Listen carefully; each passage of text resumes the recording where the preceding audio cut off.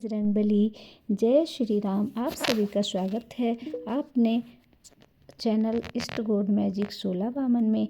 आज सभी भक्तों के लिए लेकर आई हूँ मैं हनुमान जी के व्रत की कथा।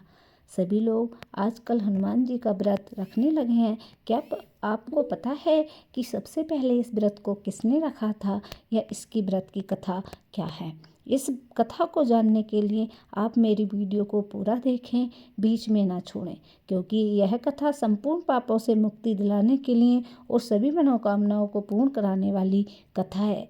अगर आप हनुमान जी के भक्त हैं तो मेरी वीडियो को लाइक करना और जय बजरंगबली ज़रूर लिखना और शेयर भी करना। अगर आपको मेरी वीडियो अच्छी लगती है और हनुमान जी के आप भक्त हो तो चैनल को सब्सक्राइब भी ज़रूर करना।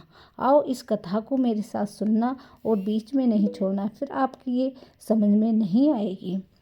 व्यास जी ने कहा कि एक बार वन में तीर्थ में 80,000 मुनि एकत्रित होकर पुराणों के ज्ञाता श्री सूत जी से पूछने लगे, हे महामुनि, आपने हमें अनेक पुराणों की कथा सुनाई।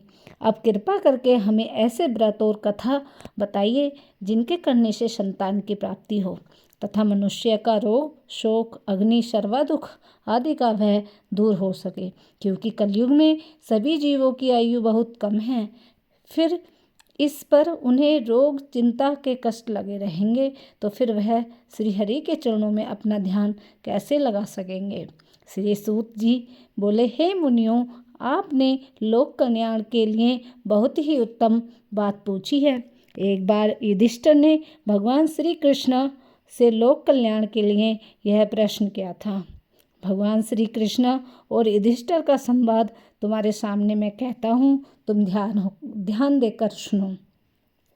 एक समय पांडवों की सभा में श्री कृष्ण जी बैठे हुए थे। तब युधिष्ठिर ने भगवान श्री कृष्ण से प्रश्न किया, हे प्रभु नंद नंद गोविंद, आपने मेरे लिए अनेक कथाएं सुनाई हैं। आज कृपा करके ऐसे व्रत या कथा सुनाइए जिसके करने से मनुष्य को रोग, चिंता का भय समाप्त हो जाता है और उसको पुत्र की प्राप्ति होती है। हे प्रभु, बिना पुत्र के जीवन व्यर्थ है। पुत्र के बिना मनुष्य नरकगामी होता है। पुत्र के बिना मनुष्य पितृऋण से छुटकारा नहीं पा सकता और न ही उसका पुनंग नामक नरक में उद्धार हो सकता है। अतः पुत्रदायक व्रत बतलाइए। श्री कृष्ण भगवान बोले, हे राजन, मैं एक प्राचीन इतिहास सुनाता हूँ, आप उसे ध्यानपूर्वक सुनो। कुंडलापुर नामक एक नगर था, उसमें नंदा नामक एक ब्राह्मण रहता था। भगवान की कृपा से उसके पास सब कुछ था, फिर भी वह दुखी था। इसका कारण यही था कि ब्राह्मण की स्त्री सुनंदा के कोई संतान ना थी। सुनंदा पवित्र थी, पतिव्रता थी, भक्ति पूर्वक श्री हनुमान जी की आराधना करती थी।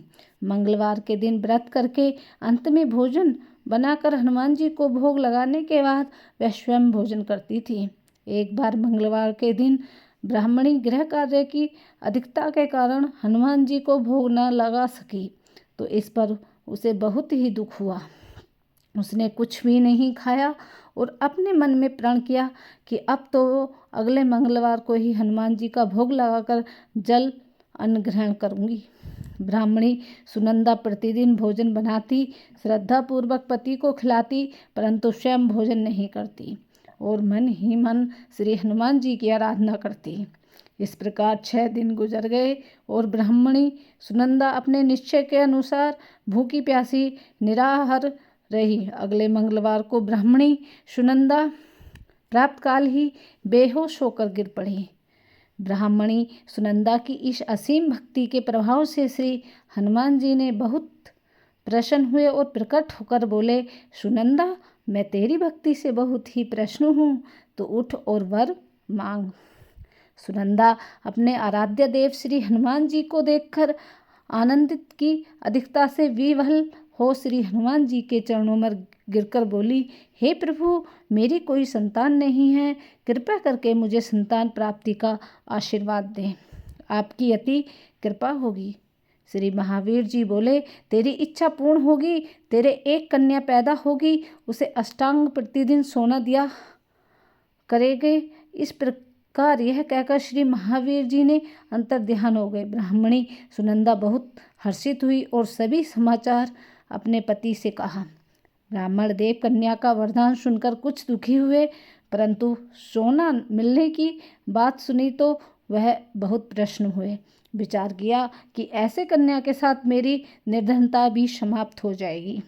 श्री हनुमान जी की कृपा से वह ब्राह्मणी गर्भवती हुई और 10वें महीने में उसे बहुत ही सुंदर पुत्री की प्राप्ति हुई।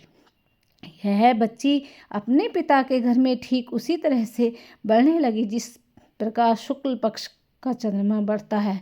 10वें दिन ब्राह्मणी ने उस बालिका का नामकरण संस्कार कराया।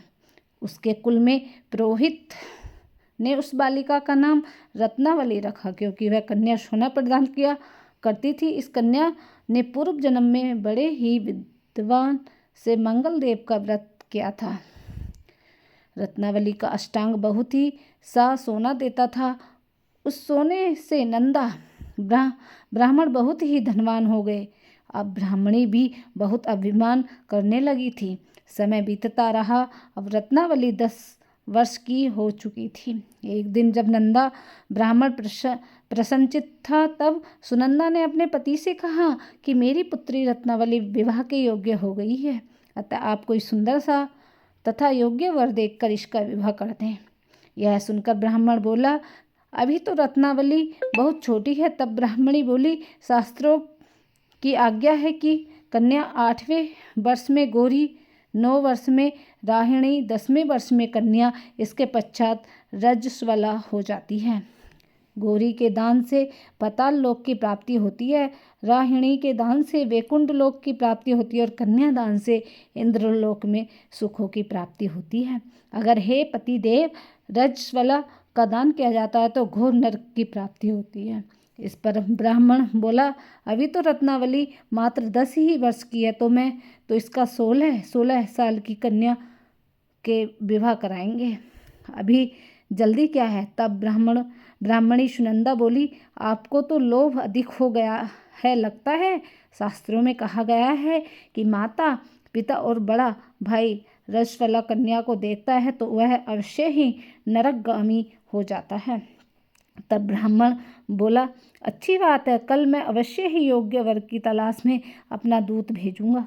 दूसरे दिन ब्राह्मण ने अपने दूत को बुलाया और आज्ञा दी कि जैसे सुंदर मेरी कन्या है वैसा ही सुंदर वर उसके लिए तलाश करो। दूत अपने स्वामी की आज्ञा पाकर निकल पड़ा। पंपई नगर में उसने एक सुंदर लड़के को देखा। यह बालक एक ब्राह्मण परिवार का बहुत ही गुणवान पुत्र था। इसका नाम सोमेश्वर था। दूत ने इस सुंदर और गुणवान ब्राह्मण पुत्र के बारे में अपने स्वामी को पूर्ण विवरण दिया। ब्राह्मण नंदा को ही सोमेश्वर अच्छा लगा और फिर शुभ मुहूर्त में विधि पूर्वक कन्या को दान कर ब्राह्मणी संतुष्ट हुए। परंतु ब्राह्मण के मन में तो लोभ समाया हुआ था। उसने कन्यादान तो कर दिया था, पर वह बहुत ही खिन्न भी था। उसके विचार किया कि रत्नावली तो अब चली जाएगी और मुझे इससे जो सोना मिलता था वह अब नहीं मिलेगा। मेरे पास जो धन था कुछ तो इसके विवाह में खर्च हो गया, जो शेष बचा है वह कुछ दिनों में पश्चात समाप्त हो जाएगा। मैंने तो इसका विवाह करके बहुत ही बड़ी भूल कर दी है। अब कोई ऐसा उपाय हो कि रत्नावली मेरे घर में ही बनी रहे, अपनी ससुराल ना जावे। लोभ रूपी राक्षस ब्राह्मण के मस्तिष्क पर छाता सा जा रहा था। रात भर अपनी शैया पर बेचैनी से करवटें बदलते बदलते उसने एक बहुत ही क्रूर निर्णय लिया। उसने विचार किया कि जब रत्नावली को लेकर उसका पति सोमेश्वर अपने घर के लिए जाएगा तो वह मार्ग में ही छिपकर सोमेश्वर का व्रत कर देगा और अपनी लड़की को अपने घर ले आवेगा, जिस नियमित रूप से उसे सोना भी मिलता रहेगा और समाज का कोई भी मनुष्य उसे दोष भी नहीं दे सकेगा। प्रातःकाल हुआ तो नंदा और सुनंदा ने अपने जमाई तथा लड़की को बहुत सारा धन देकर विदा किया। सोमेश्वर अपनी पत्नी रत्नावली को लेकर ससुराल से अपने घर की तरफ चल दिया। ब्राह्मण नंदा महालोभ के वंशीभूत होकर अपनी मति खो चुका था। पाप पुण्य और उसे विचार ना रहा था। अपने भयानक और क्रूर निर्णय को कार्य रूप देने के लिए उसने अपने दूत को मार्ग में अपनी जमाई का वध करने के लिए भेज दिया, ताकि रत्नावली से प्राप्त होने वाली सोना उसे हमेशा मिलता रहे और वह कभी निर्धन न हो। ब्राह्मण के दूत ने स्वामी की आज्ञा का पालन करते हुए उसके जमाई सोमेश्वर का मार्ग में ही वध कर दिया। समाचार प्राप्त हुआ। ब्राह्मण नंदा मार्ग में पहुंचा और रुंदन करती हुई अपनी पुत्री रत्नावली से बोला, हे पुत्री, मार्ग में लुटेरों ने तेरे पति का वध कर दिया है। भगवान की इच्छा कि आगे किसी का कोई वश नहीं चल सकता। अब तू घर चल, वहाँ पर ही रहकर शेष जीवन व्यतीत करना। जो भाग्य में लिखा है वही होगा। अपने पति की अकाल मृत्यु से रत्नावली बहुत ही दुखी हुई। करुणा क्रदन और रुदन करते हुए अपने पिता से बोली, हे पिताजी, इस संसार में जिस स्त्री का पति नहीं उसका जीवन व्यर्थ है। मैं अपने पति के ही साथ शरीर को जला दूंगी और सती होकर अपने इस जन्म को माता पिता के नाम और तथा सास ससुर के यश को सार्थक करूंगी। ब्राह्मण नंदा अपनी पुत्री रत्नावली के वचनों को सुनकर बहुत ही दुखी हुआ। विचार करने लगा, मैंने व्यर्थ ही जमाई का वध का पाप अपने सिर लिया है। रत्नावली तो उसके पीछे अपने प्राण तक देने को तैयार है। मेरा तो दोनों तरफ से मरण हो गया। धन तो अब मिलेगा ही नहीं। जमाई वध का पाप के फलस्वरूप यम यातना भी भुगतनी पड़ेगी। यह सोचकर वह बहुत ही खिन्न हुआ। सोमेश्वर की चिता बन गई। रत्नावली सती होने की इच्छा से अपने पति का सिर अपनी गोद में रखकर चिता में बैठ गई। जैसे ही सोमेश्वर की चिता को अग्नि लगी गई, वैसे ही प्रसन्न होकर मंगलदेव वहाँ प्रकट हुए और बोले, हे रत्नावली, मैं तेरे पति भक्ति से बहुत प्रसन्न हूँ, तू वर मांग। रत्नावली ने अपने पति का जीवन दान मांगा तथा रत्नावली बोली, हे ग्रहों के स्वामी, यदि आप मुझ पर प्रसन्न हैं तो मुझे वरदान दीजिए कि जो भी मनुष्य मंगलवार के दिन प्रातःकाल लाल पुष्प, लाल चंदन और पूजा करके आपका स्मरण करेगा, उसका रोग व्याधि ना हो, स्वजनों का कभी भी वियोग ना हो, सर्प अग्नि आदि शत्रुओं का भय न हो। जो स्त्री मंगलवार का व्रत करेगी वह कभी विधवा न हो। मंगलदेव तथास्तु कहकर अंतर्ध्यान हो गए। सोमेश्वर मंगलदेव की कृपा से जीवित हो उठा। रत्नावली अपने पति को पुनः प्राप्त कर बहुत प्रसन्न हुई और मंगलदेव का व्रत प्रत्येक मंगलवार को कर व्रतराज और मंगलदेव की कृपा से इस लोक में सुख ऐश्वर्य को भोगते हुए अंत में अपने पति के साथ स्वर्गलोक को चली गई। अगर आपको मेरी यह मंगलवार व्रत की कथा अच्छी लगी तो मेरे चैनल को सब्सक्राइब करना, लाइक करना और कमेंट्स में जय श्री राम, जय बजरंगबली अवश्य लिखना। सबने हर व्रत की कथा सुनी है। आप सभी लोगों के लिए मैं मंगलवार व्रत की कथा लेकर आई हूँ, इसलिए वीडियो को ज़रूर देखें।